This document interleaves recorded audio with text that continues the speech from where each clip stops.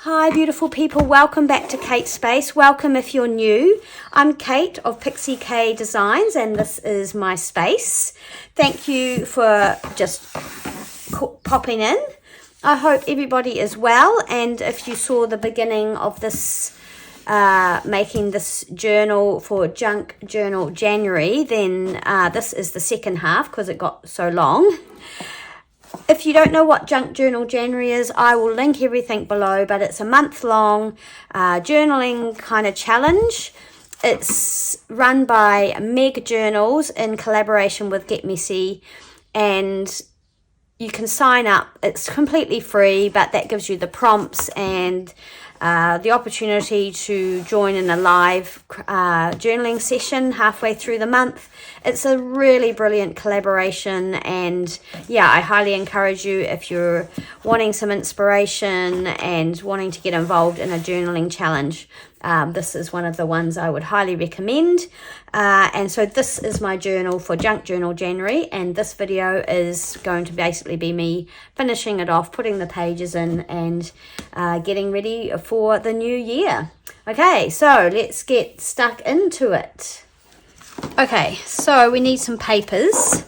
So I've taken one of the pages out of the book, and I'm going to use that as my template, and normally you need to cut it a little bit shorter, but I'll leave it like that for now. I have some tea stained paper here which I'm going to use, and so basically I'm just going to take this. This is quite grungy, but I'm okay with that. And I'm going to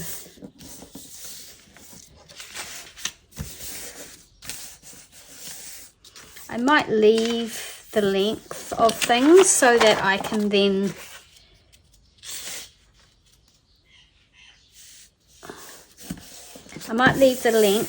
fold them, and then I can always tear them off when I'm working in the journal if I don't want them, or turn them into pockets or whatever.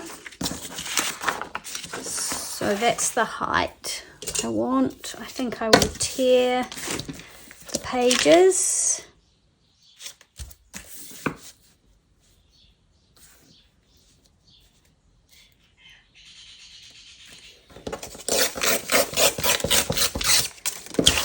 And then I will fold it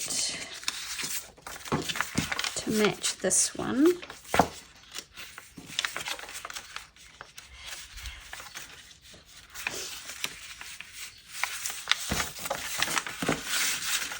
I guess I could just measure it.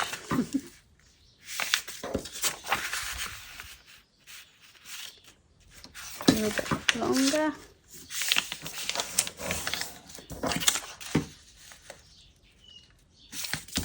Probably a bit too much, but that's okay. We can always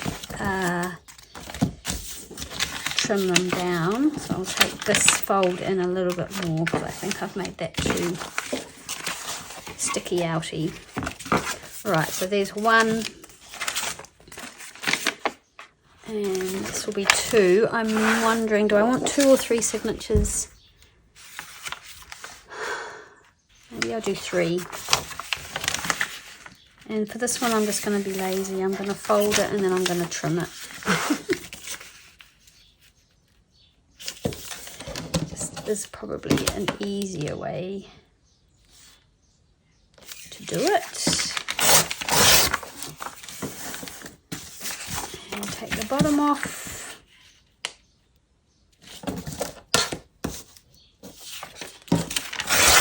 So 1, 2, and 3. If they're narrower, that's fine.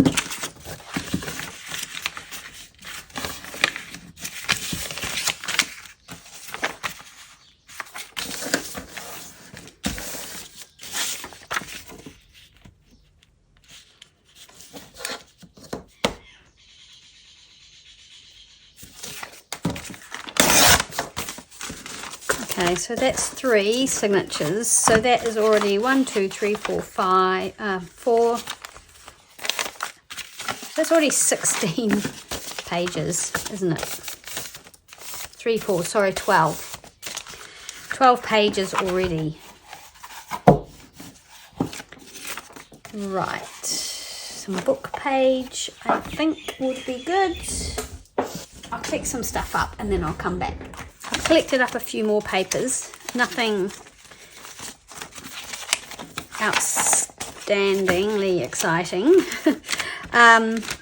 So I think I'll just go with a bit of a neutral base and go from there. I thought I might be able to fit that in, but I don't like, I hate cutting the numbers off. So maybe I won't use that one. I have this French one from 1932. So I think I'll go, yeah, I'll use this one because it folds and then fits in, so I don't have to tear anything off that except for at the bottom. There we go. 2 of those. 2, 3, 4, 5, 6. Some of my favourite of this. 7. Some avocado dyed paper. It's got a little bit of embossing on it. This one, which I love.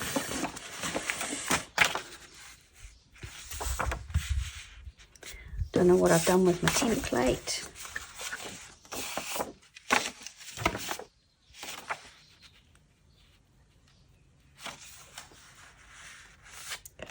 That.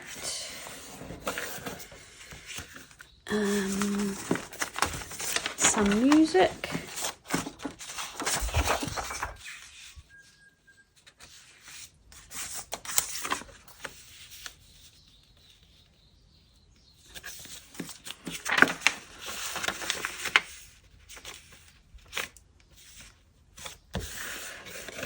I was going to use some digitals, but at this stage I don't have anything that's printed both sides, and I don't want to do any printing at this point. Now let's work out how many pieces of paper I want in each signature. So if I have 3 bits of paper in each signature, that actually comes to, what, 32 sides. Just seems like it's not enough to me.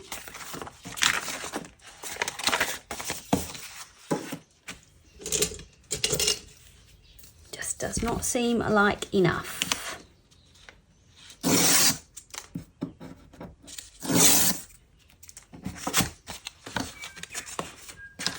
But maybe it is.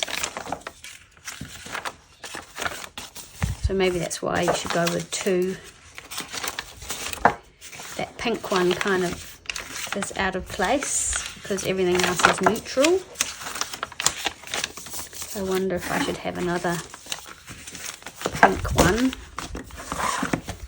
Just feels so empty. Right. Let's think about this.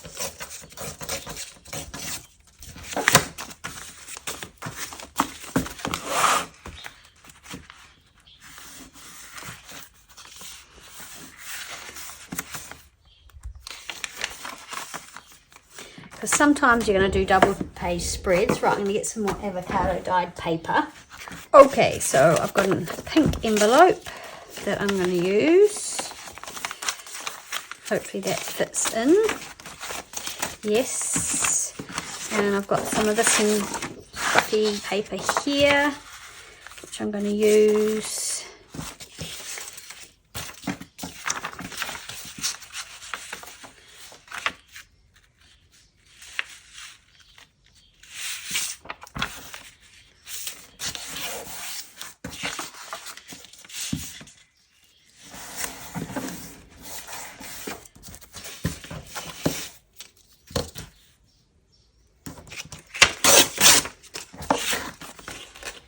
Maybe I could fold this one up. I haven't done any pockets. There we go. Fold that up just a little tad bit there. Okay, so that's 2, 3, 4 in there. 1, 2, 3, 4 in there.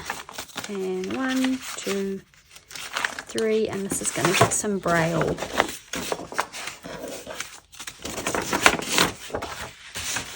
Get some braille paper happening. And I'm going to just leave it at that because I can add papers like tip-ins or whatever I should fancy.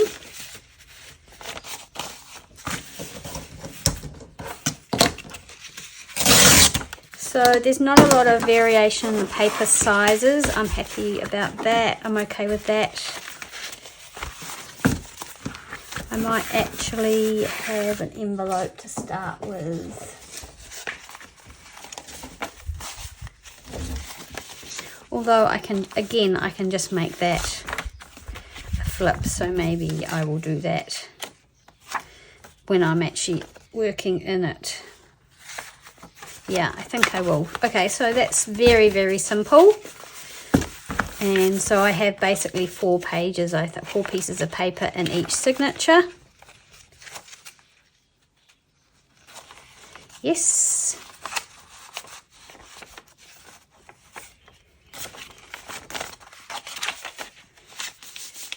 So that's my first signature.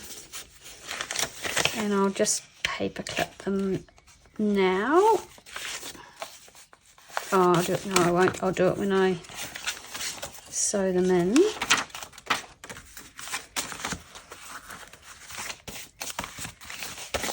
That's fine. Yep. Okay, so now I need to measure my holes and get ready for everything to go in the spine here. So I need my other piece of this is just file folder, manila folder. So now I'm going to divide this into 3. This is way easier for me to do it this way. 3 signatures because you just get your middle. So just make that even. So I found my Tim Holtz ruler. Oh yeah, those of you who know that I'd lost it, I found it. I can't believe it. I had written it on my list to buy a new one because there's a few things I'm wanting to buy. And where was it? It was in my container of all my things that I had received from Sue at Paper Inspirations. And when I was doing my projects for my last Paper Inspirations video, there was my ruler. I found it. I was very excited.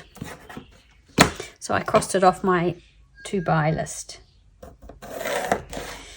Right, so that's that. And then again this way, I'm just going to do 3 hole. I just find the center like that. Ish. Yep, that's right. And then just go, I'm going to have a hole there, and I'm going to have a hole there, and I'm going to have a hole there. And again here, I'm going to have a, whoops, there, there, and there. So those are where my holes are going, where these lines intersect.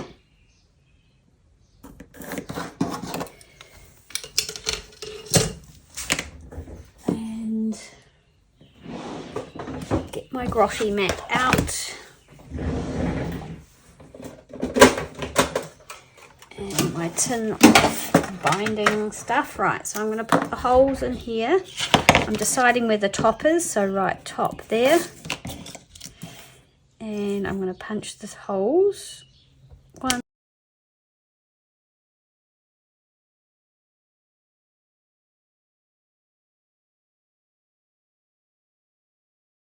That is what I'm sewing my pages onto.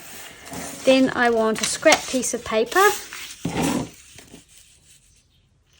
And that's going to be the same height as my pages. So I'll just make it the same height as this template, because that's pretty much what we used for the height. Oops. Fold that in a straight line.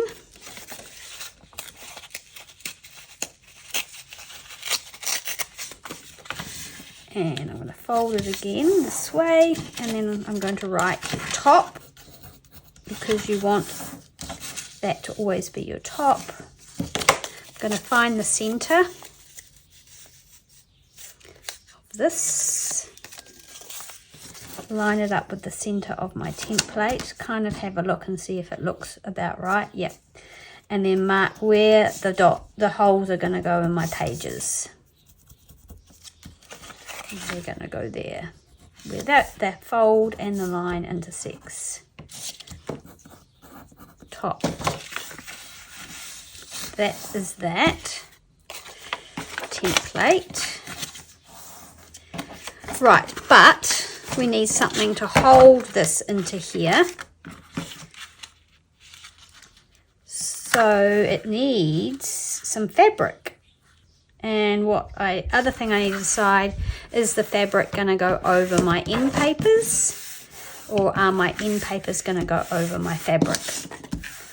So that is the next decision that I need to make. I'm going to go and think about that, find my end papers, and I will be right back. I've had this problem a few times, and I've pressed record, but I haven't pressed do not disturb on my phone, and a message has come through, and for some reason that turns the camera off. So in that time, what had we done already? I'd measured, excuse me, I measured these 3 holes, 3 lines this way, evenly apart, and I've glued on my piece of fabric, which is going to hold the spine into our book. And I have measured my holes and done a 3-hole pamphlet stitch and put the first signature in. I'm about to do the second one. So here's my template. These holes, so there's the top, I've written top, and I've measured these to match these holes on here. I tuck it firmly into my signature, and I use my awl to punch these holes. Gosh, that's so disappointing when that happens. So, but it can't be helped. Sometimes that's, yeah, it's aggravating, but it's not the end of the world. And also, you know, a million people, well, not a million, but a lot of people have shown binding a junk journal, so you guys probably don't even need to watch this. But if you're new and you haven't seen it before, I apologize that did not work. Right, so I've got my blunt tapestry needle and my linen thread, which I've just run through the beeswax. You can make it more sticky.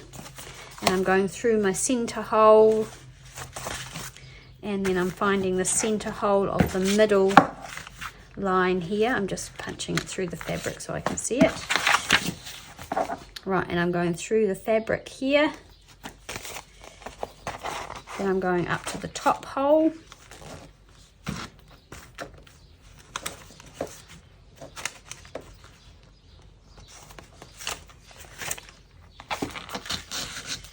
And through the top hole in the signature.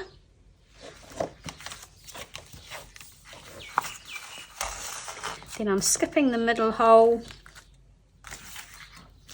and going to the bottom. finding my bottom hole on my spine piece, which is there, going through that, and then back up to the middle hole. So you're coming through the middle hole. Be careful not to catch your thread with your needle, which is why a blunt needle is a really good idea, I think.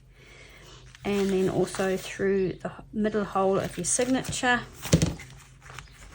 and making sure that you've got a thread on either side of that center string. And again, I'm going to pull some of this thread through so I don't waste any. Right, so I haven't got a string on either side, so I'm going to pop this one under. Because if you tie a knot on without that, that kind of stops it from pulling right through. Okay, so make sure, hang on, let me just make sure that these are nice and tight on the back. Not too tight, but nice and firm. And tie a knot.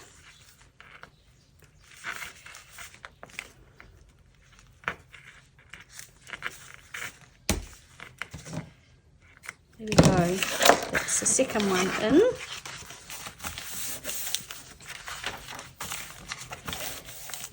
Excellent. Right, third one, third and last. It's nice and quick, these little monthly journals.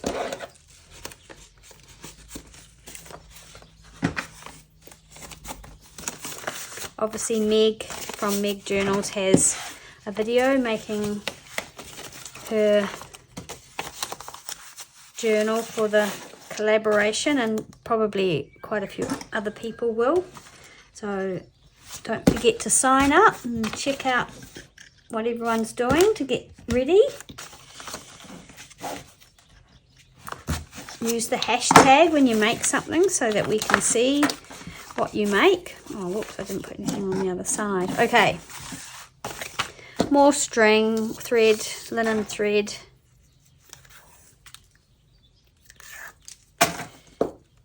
Needle.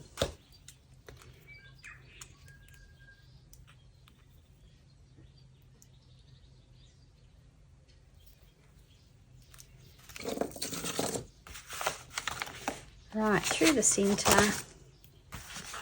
Actually, I'll just punch these holes now through the fabric because I glued the fabric on. Okay, but make sure you go through the right way. So find the center hole in your spine piece. Up to the top.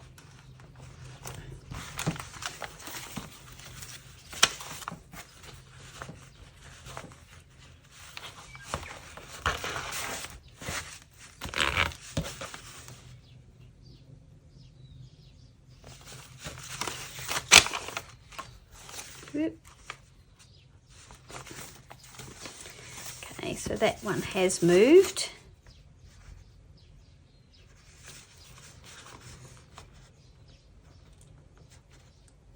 Because I have put the clips on only one side for some strange reason. Wasn't thinking.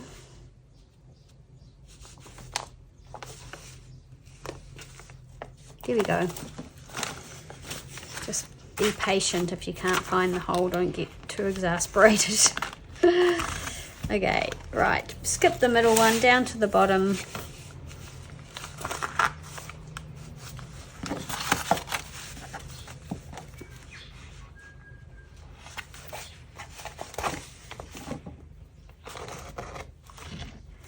Then back through the middle.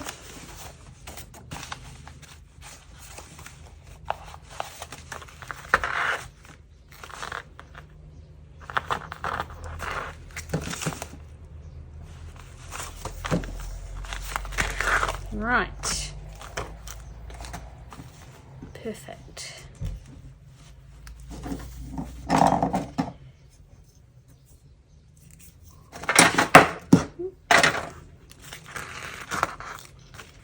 Just pull this through a bit.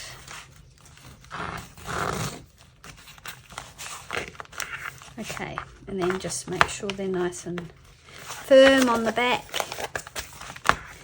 and tie a knot or a bow, and you can leave them long if you want to attach something to your strings.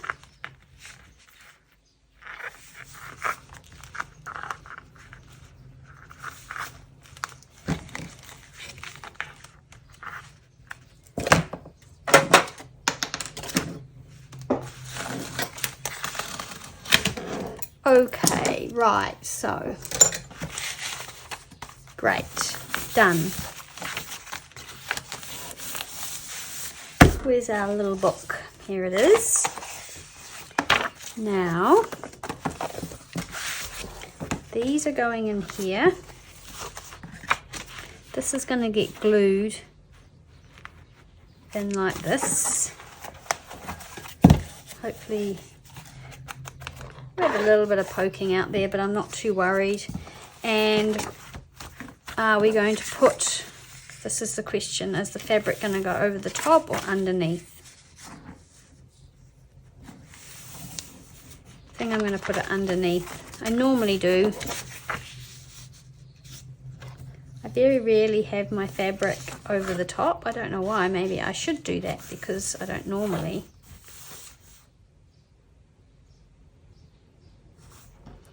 No, I think I like it underneath. So I'm just going to ink these end papers. Oh, actually, I don't need to do that now because they're going on top. So we can put those aside. We can move this tin of stuff. And we can glue this in.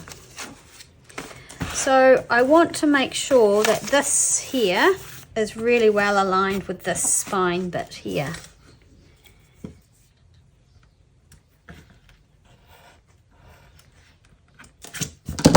I still haven't decided about this velvet. I think I am going to fold it under. So I'm going to do that now.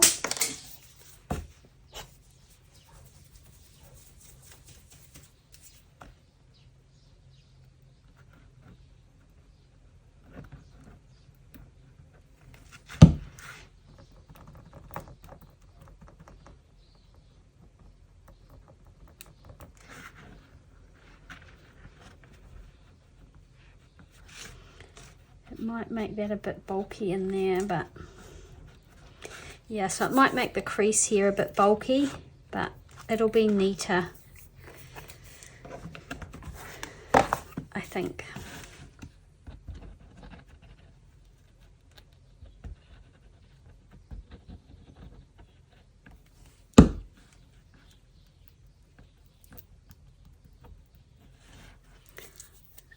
So that's what I'm going to do.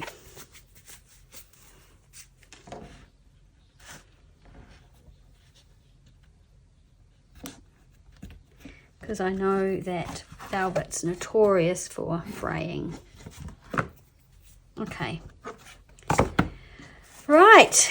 I guess we should do this.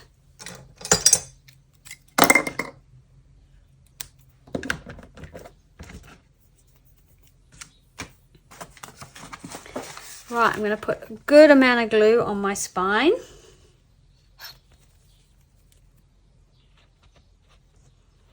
Here.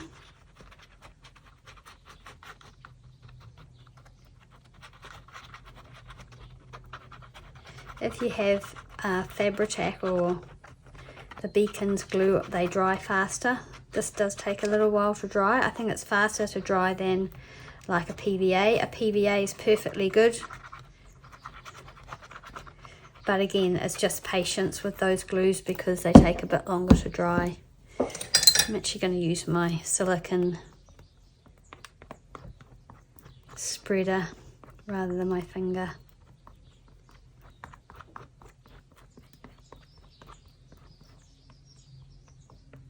So yeah, quite a lot of glue there.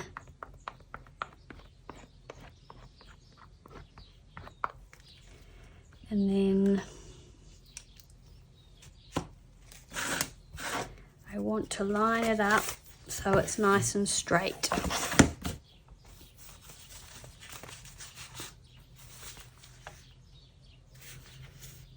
So the edge of that cardboard bit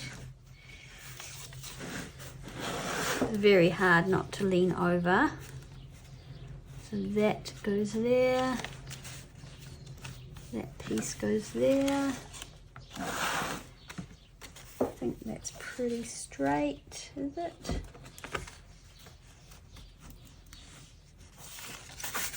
Let's have a look. I've got a bit of wiggle room with this glue as well, which is good.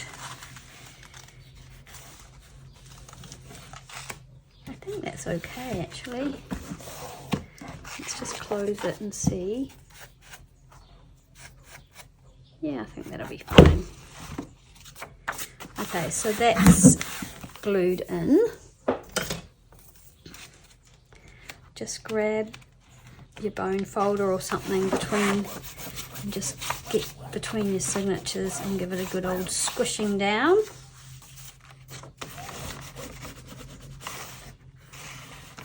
A bit of glue oozing out there.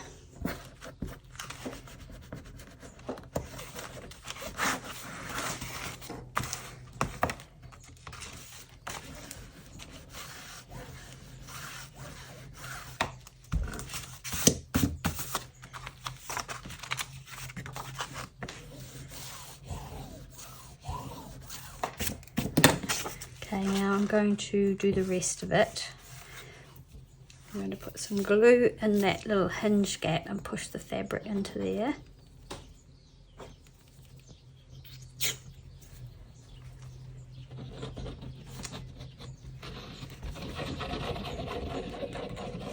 And this fabric obviously comes out past this one.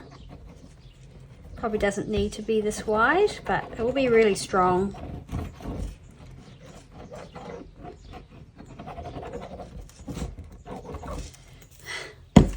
It doesn't really need to be strong, to be honest. I don't really generally take my journals anywhere, but if you were traveling with a journal, then yeah, if you're going to pack it in a suitcase or in a backpack, then getting lots of glue in here to hold that spine so it's nice and robust. So there, pushing that fabric into that gap.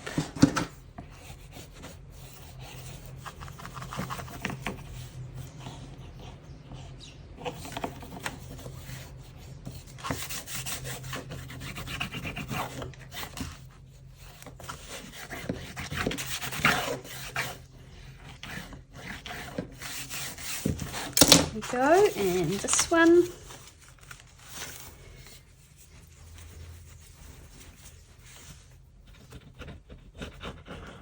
glue in here, and it has the velvet to go over as well.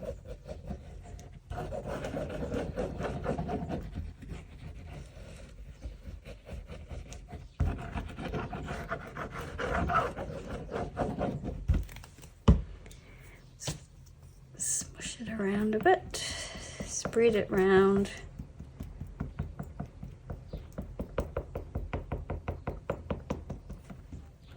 Get it in that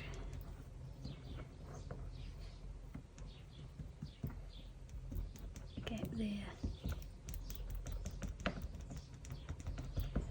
Go.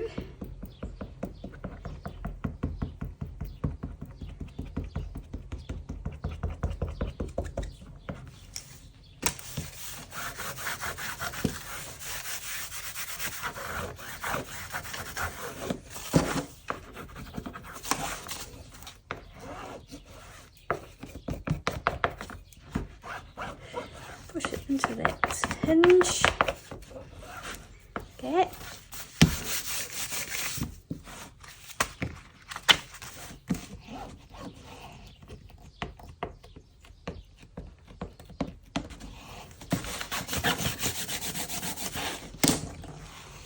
Okay, there we go. Now that needs time to adhere.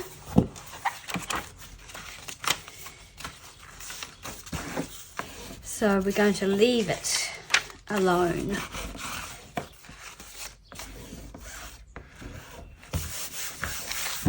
Although I could put these in.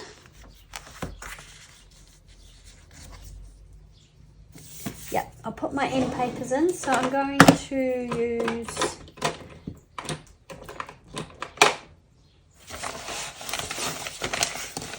my tea dye distressed oxide, if I can find my ink thing. Yep, there it is. Okay. And just ink around these edges. I kind of want these to look old, so I might do a little bit of aging. Might end up putting a pocket on the front here to hold the prompts. That's what I often do, have the prompts printed out, so you can go to there's a link to where you can get the prompts so you can print them out.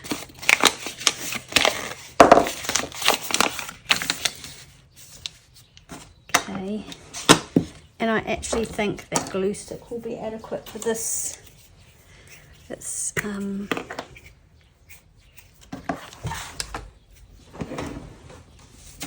just copy paper. It's a heavy 120 GSM. It's a new paper to me. It's an HP paper, so it's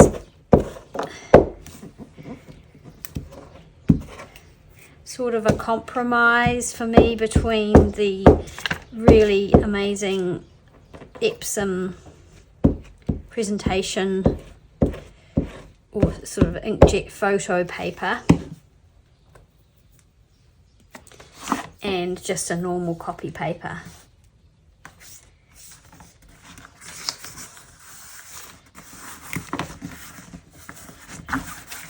Okay, so there we go, there's that one.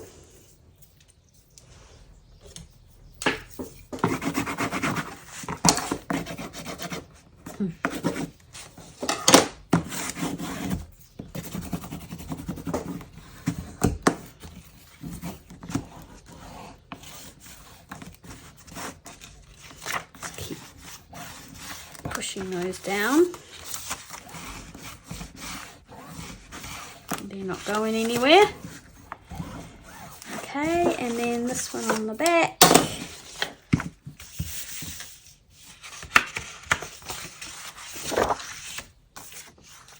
A little bit of ink.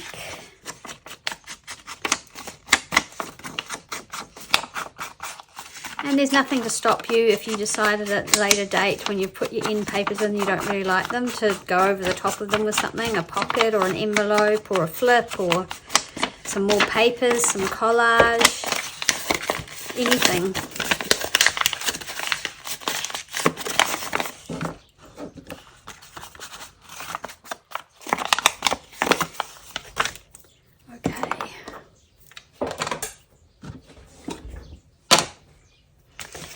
After this, I'm going to have a big tidy up.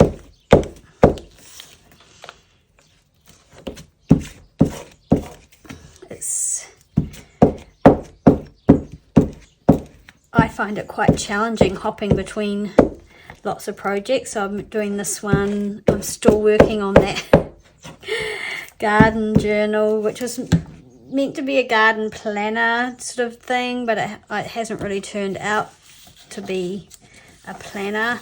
I mean, it's still very much a botanical garden themed journal, and I guess it could be turned into a planner by somebody, a garden planner. But anyway, but that is still going, and then Christmas, and then this. So yeah, I'm swapping between things and trying to stay organized and tidy I'm finding it challenging. Okay, there we go. If you have stuck with me, I appreciate that. Thanks for watching. I hope that if you're new to junk journaling or making junk journals, that this was somewhat helpful. If you've got an old book and you want to extend the spine, I'm really happy with how that looks. I'm actually super happy with that, and I will definitely be doing that again. Because if you want to save a spine, that is such a good way to do it. Yeah, I mean, it's still got a lot of tattiness to it, and I'm sure that it will some of these bits might tear off, but again, things like that can be covered up over the, you know, when you're working in it, or even if you go back to it and you think, oh, that looks a bit tatty, and you can fix it up. I haven't done any protection on this. I'm a little bit scared of doing that after what happened to the garden journal cover, so I have just left it. The other thing I might do, I don't know, is put some corners on it to protect the corners, but again, I might not. So let's have a look. We've just got these lovely plain sort of pages, an envelope there. We haven't really got too much variation in the size of the pages, but once I add flips and things like that, that will definitely add more variation and variety to the journal. And look, we've got quite a lot of room for growth there, so that's awesome. So there we go, that is my Junk January journal.